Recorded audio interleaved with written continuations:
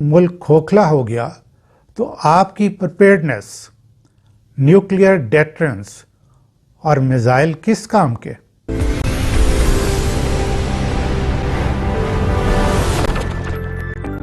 अस्सलाम वालेकुम। आप खालिद इकबाल यूट्यूब चैनल देख रहे हैं। नाजरीन, अफवाज पाकिस्तान के नुमाइंदे DGISPR के हवाले से ये ख़बर है कि अफवाज पाकिस्तान को सियासत में मत घसीटा जाए। ये ख़बर या पैगाम एक ऐसे मौके पर आया है जब पाकिस्तान के हालात इंतहाई मखदूश और पाकिस्तान अपनी तारीख़ के गैर यकीनी और कमज़ोर हालात से गुज़र रहा है। ये बहुत ही अहम और सेंसिटिव पैगाम है जिसका ताल्लुक़ न सिर्फ मुल्क की डेवलपमेंट बल्कि सालमियत और एग्जिस्टेंस से है। नाज़रीन, आइए इसका एनालिसिस करते हैं। आखिर कौन सी ऐसी वजह हुई या अफवाज पाकिस्तान की कौन सी ऐसी मजबूरी या खुदा न ख्वास्ता कमज़ोरी है कि उन्होंने ऐसा बयान देना चाहिए था या नहीं, इसका भी एनालिसिस करते हैं और फिर इसका सिंथेसाइज करके अपनी राय देते हैं। नाज़रीन, चूँकि ये वीडियो इंतहाई अहम है और DGISPR के पैगाम के असरात हर पाकिस्तानी और वतन अज़ीज़ पर हो रहे हैं, इसलिए इसको ना सिर्फ मुकम्मल देखें बल्कि कमेंट सेक्शन में अपने कमेंट्स करें और दोस्तों को फॉरवर्ड करें ताकि ज़्यादा से ज़्यादा लोगों की राय फ़ौज तक, अफवाज पाकिस्तान तक पहुंच सके। नाज़रीन, अगर अभी तक आपने मेरा चैनल सब्सक्राइब नहीं किया तो अब कर लें ताकि इस तरह की इम्पॉर्टेंट वीडियोस की इंटीमेशन आपको वक्त पर मिलती रहे। नाज़रीन, ISPR यानी इंटर सर्विसेज पब्लिक रिलेशंस हमारी तीनों फोर्सेस का नुमाइंदा इदारा है, जिसमें से हमारी आर्मी सबसे ज़्यादा सीनियर है, उसके बाद नेवी का नंबर आता है और फिर एयर फोर्स।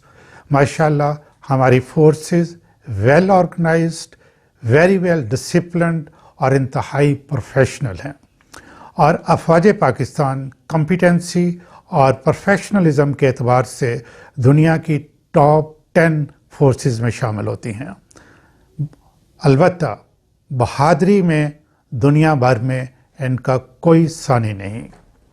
नाज़रीन, मेरा फ़ौज के साथ रोमांस 1965 में शुरू हुआ जब पाकिस्तान की भारत के साथ जंग हो रही थी। उस वक्त मैं मैट्रिक का तालिब इल्म था।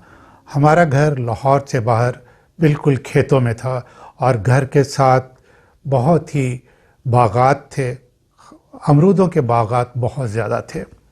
और जब ये जंग शुरू हुई तो हमारे घर के सामने जो बहुत कुछ नीची जगह थी वहाँ तोपें लगी होती, बशमूल रानी तोप जो कि बहुत मशहूर हुई। तो होता क्या था कि रात को जब गोलाबारी शुरू होती थी तो ऐसा लगता था कि ये गोला हमारे घर पे आके लगेगा। हमारे घर के तमाम शीशे टूट चुके थे और उस घर की छतें जो है वो तकरीबन कोई 15 फुट ऊंची थी और ऊपर पुरानी तरह के रोशनदान बने हुए थे। सुबह के वक्त फौजी क्या करते थे कि ये सारी तोपें जो हैं ये पौ फटने से पहले तमाम तोपें जो हैं वो बागात में ले जाते थे, अमरूदों के बागात में, और ऊपर नेट डाल देते थे। और हम दोपहर के वक्त अपने घर से नलके में से पानी निकाल के जगों में डाल के अपने फ़ौजी भाइयों को देने के लिए जाते थे और वो बड़े प्यार से हमें डील करते थे। दिन के वक्त वो वहीं होते थे, रात को फिर वो अपनी तोपें लेके दूसरी तरफ आते थे और इस तरीके से रात को फिर गोलाबारी शुरू हो जाती थी। ये जब जंग ख़त्म हुई तो फिर उन्हीं फ़ौजियों के वसासत से हमने चविंडा और खेमकरंद की सैर भी की और एक अजीब किस्म का दिल में उनके लिए एक इज़्ज़त और रोमांस अभी तक मौजूद है और ये खूबसूरत यादें अभी तक जहन में महफूज हैं। 1971 में जब फॉल ऑफ ढाका हुआ, इसकी खबर सुनी तो गम और गुस्सा था।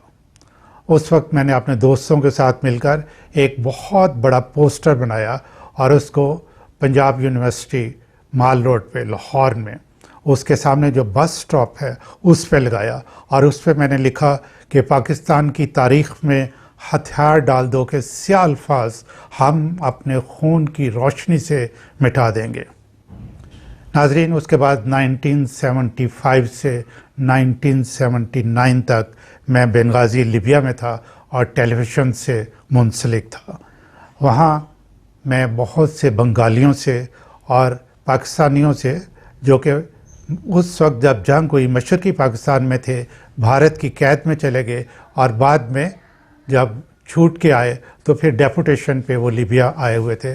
اس میں زیادہ تر لوگ محکمہ موسمیات کے تھے جن کی اس وقت ڈھاکہ ایئرپورٹ پہ ڈیوٹی تھی۔ ان سے بہت ملاقاتیں ہوتی رہیں، طویل نشستیں ہوتی تھیں۔ اس کے علاوہ انڈیا کے بہت سے فوج کے ریٹائرڈ ڈاکٹرز وہ وہاں ڈیپوٹیشن پہ آئے ہوئے تھے، وہ بھی ہماری محفلوں میں شامل ہوتے تھے۔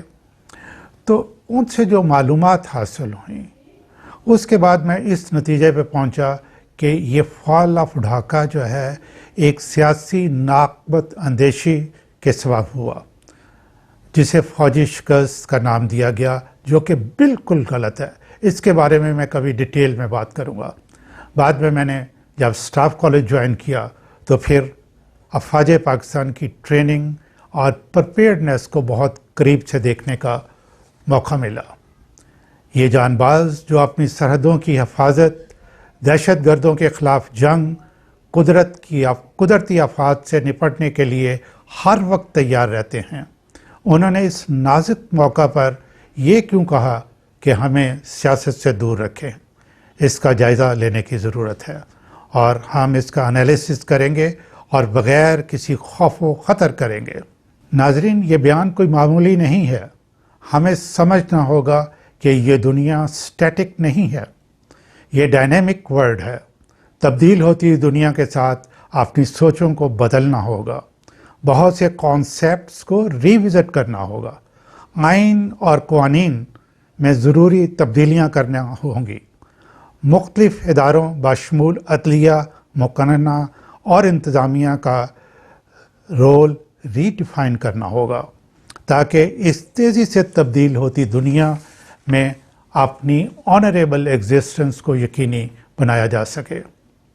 ناظرین، سیاست یا پالیٹکس کیا ہے؟ یہ کسی بھی ریاست کے امور کو مینیج کرنے کے لیے بحث مباحثہ یعنی ڈسکشن، اداروں کو اسٹیبلش کرنا، ان کو چلانے کے لیے رولز، پروسیجرز، میتھڈز بنانا اور ان کو ایفیکٹولی امپلیمنٹ کرنے کے لیے اسٹریٹجی بنانا، یہ ہے سیاست۔ آج صرف سیاست اس حد تک نہیں کہ یہ جو پروفیشنل پولیٹیشین ایک دوسرے کو گالم گلوچ کر کے انلیگل طریقوں سے بنائے ہوئے پیسے کو خرچ کر کے اسمبلیوں تک پہنچتے ہیں اور وہاں افواج پاکستان اور اعلیٰ عدلیہ کی توہین کرتے ہیں۔ اس طرح سیاست سے یقیناً افواج پاکستان اپنے آپ کو دور رکھیں، ہمیں کوئی اعتراض نہیں، لیکن یہ سیاست کا ایک چھوٹا سا حصہ ہے۔ افواج پاکستان کو یہ تو سوچنا ہوگا کہ ملک کی سیکیورٹی کا کون ذمہ دار ہے۔ جب دوسرے ملک پر حملہ کرنے کے طور طریقے، ہتھیار بدل گئے، جب میزائلوں، جہازوں اور بمبوں کی جگہ پر ایسے ہتھیار آ گئے جو ان سے زیادہ تباہ کن ہیں، مثلاً میڈیا، معیشت کی تباہی، اسکول کا نصاب اور اس میں تبدیلیاں، ہر شعبہ میں کرپشن، مٹیریلزم، دشمن ملک کے گماشتے اپنے ملک میں وغیرہ وغیرہ، تو کیا افواج پاکستان ہمیں یہ بتائیں گی کہ اگر ملک ان طریقوں سے تباہ کیا جائے تو یہ ہماری ذمہ داری نہیں جناب، یہ بالکل غلط ہے۔ آپ اچھی طرح سمجھتے ہیں نیشنل ڈیفنس یونیورسٹی میں بریگیڈیئر رینک کے افسران کی ترقی کے لیے جو کورس ہوتا ہے، اس کا نصاب میں 2 دفعہ اسٹڈی کر چکا ہوں۔ اپنی سرکاری ذمہ داریوں کے دوران آپ کو سب کچھ ہر شعبہ کے بارے میں بتایا اور پڑھایا جاتا ہے۔ फिजिकल पावर आपके पास है। जिस शोबा में भी तबाह व बर्बादी हो रही है उसका ताल्लुक मुल्क की सालमियत से हो, उसको रोकना आपका काम है और ये कतई सियासत नहीं है। अभी जो कुछ मुल्क में हो रहा है हर चीज़ स्टैंड स्टिल है। बैरूनी ममालिक पाकिस्तान के साथ हर किस्म के ताल्लुकात होल्ड पर रखे हुए हैं। ये हालत जंग से भी ज़्यादा ख़तरनाक हालत है। अमेरिका, भारत, इसराइल के अखबारात देख लीजिए, जिस तरीके से शादियाने बजाए जा रहे हैं आप खुद देखें। आपके इस बयान की वजह से बहुत डिप्रेशन हुआ और जो बात मुझे समझ आती है वो ये है कि अफवाज पाकिस्तान के ख़िलाफ़ बढ़ता हुआ प्रोपेगेंडा है। ये प्रोपेगेंडा दूसरे ममालिक का मीडिया, पाकिस्तानी मीडिया का कुछ हिस्सा और पाकिस्तान के कुछ सियासतदान कर रहे हैं। इसके अलावा भारत और इसराइल के इंटेलिजेंस एजेंसीज जो हैं वो बलूचिस्तान और दूसरे सरहदी इलाकों में बड़ी प्लानिंग के साथ काम कर रहे हैं और वहाँ के लोगों को ये बावर करवाते हैं कि पाकिस्तान के रिसोर्सेज आप पर खर्च नहीं हो रहे और इसकी वजह अफवाज पाकिस्तान है। अफवाज पाकिस्तान ये हाइब्रिड वॉर है। इसका मुकाबला इन सियासतदानों से नहीं होगा, ये आपने करना है। वो सियासतदान जिनका के सियासत प्रोफेशन है वो पाकिस्तान में सिर्फ लूट मार करते हैं। पाकिस्तानी मीडिया में कुछ सहाफ़ी जो अफवाज पाकिस्तान के ख़िलाफ़ प्रोपेगेंडा करते हैं वो माजी में आपके चहेते रहे हैं। मुझे ये कहने दीजिए, आपको भी गौर करना होगा कि आपसे गलतियां कहाँ हुई। जब मुल्क का वज़ीर दफ़ा ही अफवाज पाकिस्तान का सबसे बड़ा नाकद हो तो फिर बहुत सी तब्दीलियों की ज़रूरत है। मेरी सजेशन तो ये है कि अफवाज पाकिस्तान आप ये बयान देने की बजाय कि हमें सियासत से दूर रखें, बराए मेहरबानी आप फ़ौरन सिविल इंतज़ामिया और सियासतदानों के साथ बैठकर हालात ठीक करें। ये वक्त ये कहने का नहीं कि ये हमारा काम नहीं। आप बताएं मुल्क खोखला हो गया तो आपकी प्रिपेयर्डनेस, न्यूक्लियर डेटरेंस और मिसाइल किस काम के? Please revisit your strategy keeping in view changing dynamics of the world। Pakistan की हिफाजत की ज़िम्मेदारी सबसे ज़्यादा अफवाज पाकिस्तान पे है। मैं उम्मीद करता हूँ कि ये मेरी वीडियो अफवाज पाकिस्तान तक पहुँचेगी और लोगों से मैं ये दरख्वास्त करता हूँ कि आप ज़्यादा से ज़्यादा इसको फॉरवर्ड करें और लोग अपनी इस बारे में राय दें।